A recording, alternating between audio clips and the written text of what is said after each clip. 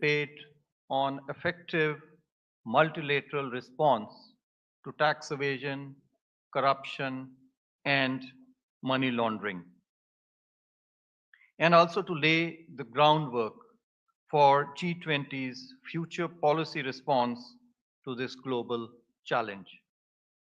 We are privileged today to have an exceptionally distinguished panel of finance ministers and heads of international organizations present over here.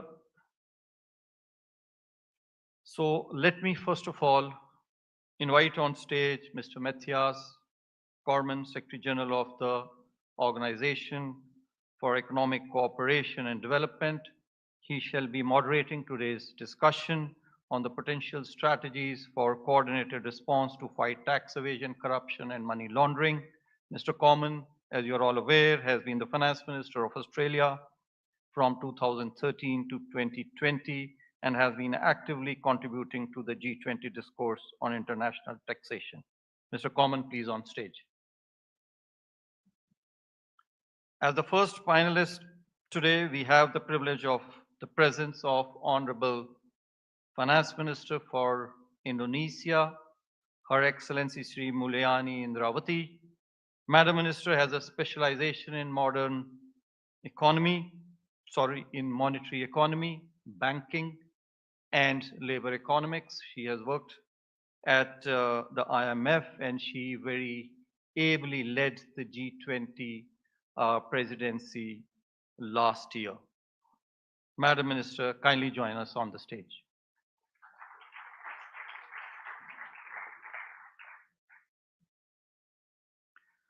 Let me now introduce our next panelist, the Honorable European Commission for Economy, His Excellency Paolo Gentiloni. Mr. Gentiloni, you are aware, has served as the Prime Minister of Italy from 2016 to 18, and prior to that, he was also Minister for Foreign Affairs and International Cooperation. May I request the Honorable Commissioner to kindly join us on stage.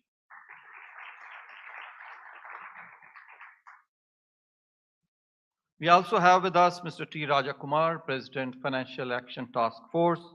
Mr. Kumar has rich and wide-ranging experience, having held senior leadership roles in the Ministry of Home Affairs and the Singapore Police Force for over 35 years. Mr. Raja Kumar is a passionate advocate of the FOTF. Mr. Raja Kumar, welcome.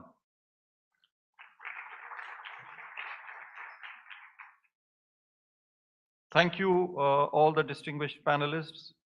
We are indeed very grateful to each one of you for gracing this occasion with your presence today. I'm sure with your collective knowledge, wisdom, insight, and diverse perspective, we'll have a stimulating discussion here today, and it will yield fruitful outcomes for the symposium.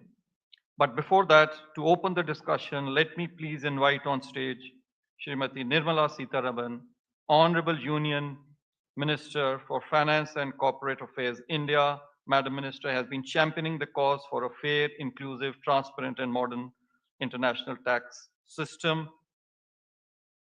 Honorable Minister.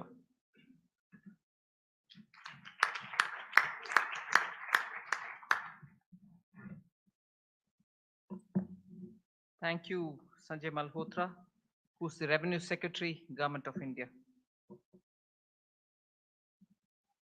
Minister Sri Mulyani, Commissioner Gentiloni, FATF President T. Raj Kumar, OECD General Secretary General Matthias Cormann, Excellencies and distinguished guests. Let me first warmly welcome you all in India and to thank you for being here with us and participating in this very important symposium. It is a true honor to bring together this esteemed panel to build on the discourse on this important issue on combating tax evasion, corruption, and money laundering. Financial crimes such as tax evasion, corruption, and money laundering are intrinsically related to each other. For example, proceeds of of corruption could have been sourced out of tax evaded money generated through undisclosed transactions or fraudulent means. Proceeds from corrupt means are usually sought to be legitimized by criminals through laundering to escape the reach of law and law enforcement agencies. Furthermore, these financial crimes are also not limited to or restricted to jurisdictional boundaries. With the advancement in technologies and openness in international trade and commerce, criminals have started utilizing sophisticated measures to transfer illegal proceeds across borders through multi-layered transactions involving various forms of assets, including financial assets, crypto assets, and real estate. It is imperative, therefore, that law enforcement agencies work in close collaboration with each other to detect and deter financial violations across multiple domains. To this end, it is important that the personnel of various law enforcement agencies are exposed to various facets involving the different statutes dealing with financial crimes so that the investigative synergies are better utilized. Furthermore, in order to fructify the work to strengthening international interagency collaboration, capacity building of officials working on financial crimes is also essential. In addition to increased cooperation between law enforcement agencies and enhanced capacity building, it is also imperative that we remain alive to the emerging risks of financial transparency. In this context, the progress of work towards the development of crypto asset reporting framework and the update to the common reporting standards is a welcome step. Besides these, we should also examine closely whether there are other classes of assets in respect of which information needs to be shared in a systematic way among jurisdictions.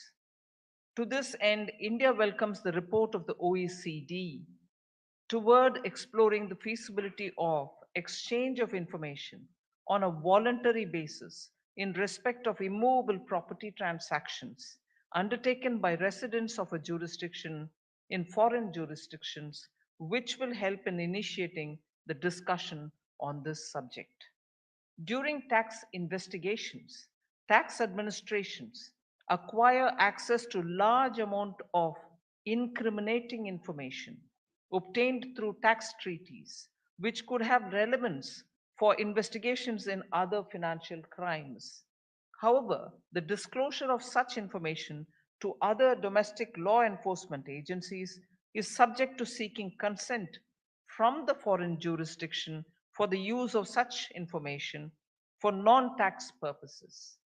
In this regard, we welcome the recent report of the Global Forum that will assist interested jurisdictions to streamline the process involved in obtaining consent for the use of information obtained through tax treaties for non-tax purposes. The suggestions in the report would help to make the process of obtaining consent from foreign jurisdictions more efficient and speedy. In leveraging the interconnectedness of investigation in tax evasion, corruption, and money laundering, there is a scope for evolving solutions that can help tackle financial crimes in a more synchronized and effective way. The G20 has helped spearhead a number of reforms into the global tax, anti corruption, and anti money laundering architecture, which has helped shape the discourse towards jurisdictions not only adopting a more holistic approach to financial crimes, but also aided them to collaborate with one another. We hope that the G20 continues exploring the options to further strengthen the global architecture, to fight financial crime, and assist jurisdictions in enhancing their law enforcement capacity. Under the G20 presidency, India has taken the lead for building capacity in tax and financial crime investigation in South Asian region in collaboration with the OECD. As a first step to this initiative, it gives me immense pleasure to announce the launch of the pilot program on tax and financial crime investigation in collaboration with the OECD for the South Asian region starting from 18th July 2023 at the regional campus of the National Academy of Direct Taxes in New Delhi. We look forward to institutionalization of this collaboration and contribution of this initiative in addressing the specific needs of countries in the South Asian region.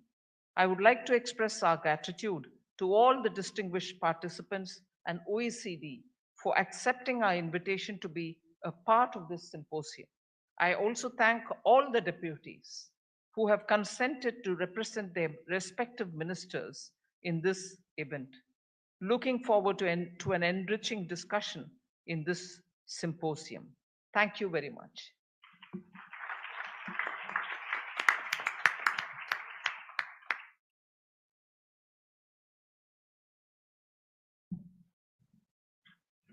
Thank you, Madam Finance Minister, for your very insightful remarks, and especially on the need for a whole of government approach in tackling tax evasion and other financial crimes.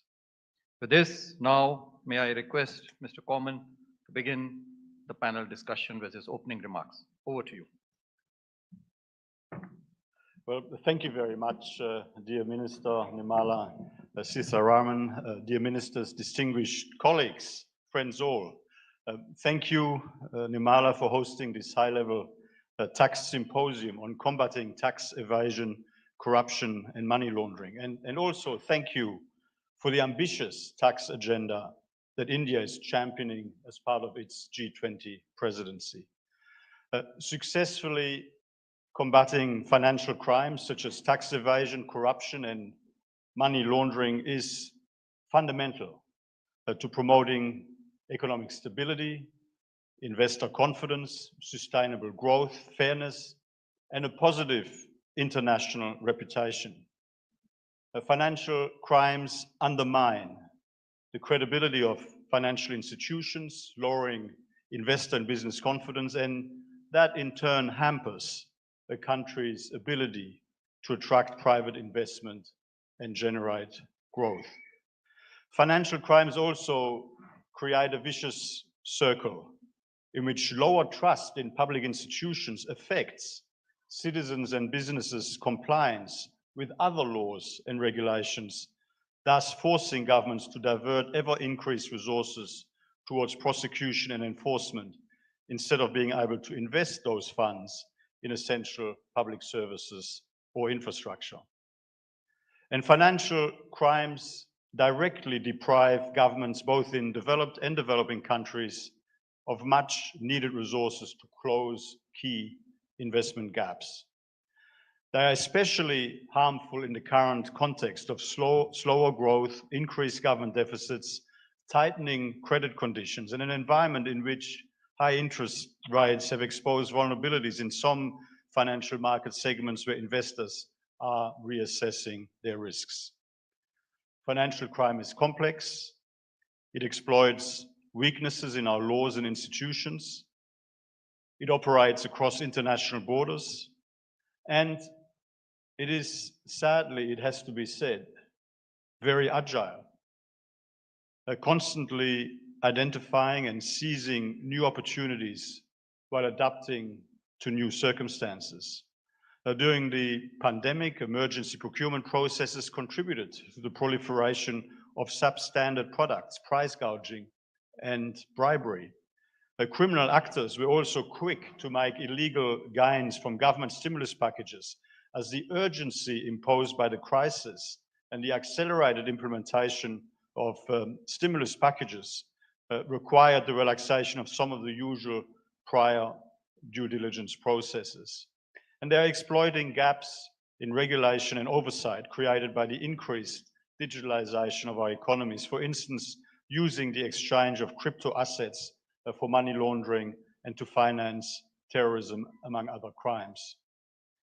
If we are to win the fight against financial crimes, we cannot work in silos, but rather we need to operate together as part of a single ecosystem, both domestically and internationally. First, we need well-designed legislation which enables the monitoring and prosecution of corruption, money laundering, and tax evasion.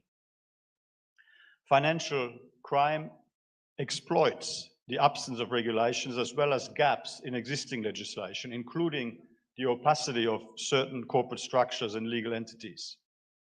We must therefore strive to close those gaps and ensure that national authorities are empowered to apply sanctions to those who infringe the law. The OECD Anti-Bribery Convention, which entered into force in 1999, was the first set of legally binding international standards to criminalize the bribery of foreign public officials in international business transactions. And thanks to its implementation between 1999 and 2019, 651 natural persons and 230 legal persons were convicted or sanctioned for foreign bribery across the 44 member countries under that convention. Other international organizations are also making very important contributions to the fight against financial crimes. In 2003, the United Nations Convention Against Corruption provided a legally binding and comprehensive approach to combating corruption. And since 2001, the Financial Action Task Force leads global action to tackle money laundering, terrorist and proliferation financing in particular. Second point, we must improve the flow of information both domestically and internationally to detect financial crimes. Exchanging financial information across jurisdictions and crossing records across the public administration, cross-referencing records, I should say, across the public administration can exponentially increase tax authorities' ability to detect financial crimes. This led the G20 to declare the end of banking secrecy in 2009 with the aim of fighting offshore tax evasion and the subsequent adoption of the OECD Common Reporting Standard. Thanks to that standard, tax administrations are now in possession of significant amounts of financial information, which can also help investigators trace illegal transactions and locate offshore proceeds of criminal activity. Last year alone, the standard countries under this standard, through this standard, countries exchanged information on over 119 million financial accounts, covering assets of more than $11 trillion US. We continue to work with you to improve the sharing of information where relevant with law enforcement agencies while respecting data privacy, confidentiality, and individuals' rights. Third point, we must put in place adequate strategies to fight financial crimes and develop the capacity of tax auditors to detect financial crimes and cooperate with law enforcement authorities. The tax auditors are usually the first gatekeepers of the system who, in the course of a normal audit, may detect suspicious and potentially criminal activity. They need to have the necessary skills, resources, and authority to tackle tax crimes. Their ability to analyze financial information is key to the detection of other financial crimes, especially in cooperation with law enforcement agencies. Last year, we adopted the OECD recommendation on the 10 global principles for fighting tax crime, a comprehensive instrument to fight tax crimes. It covers the legal, institutional, administrative, and operational aspects of an efficient system to detect, investigate, and prosecute tax crimes and to recover the proceeds of crime. This recommendation was adhered to by all OECD countries as well as Argentina.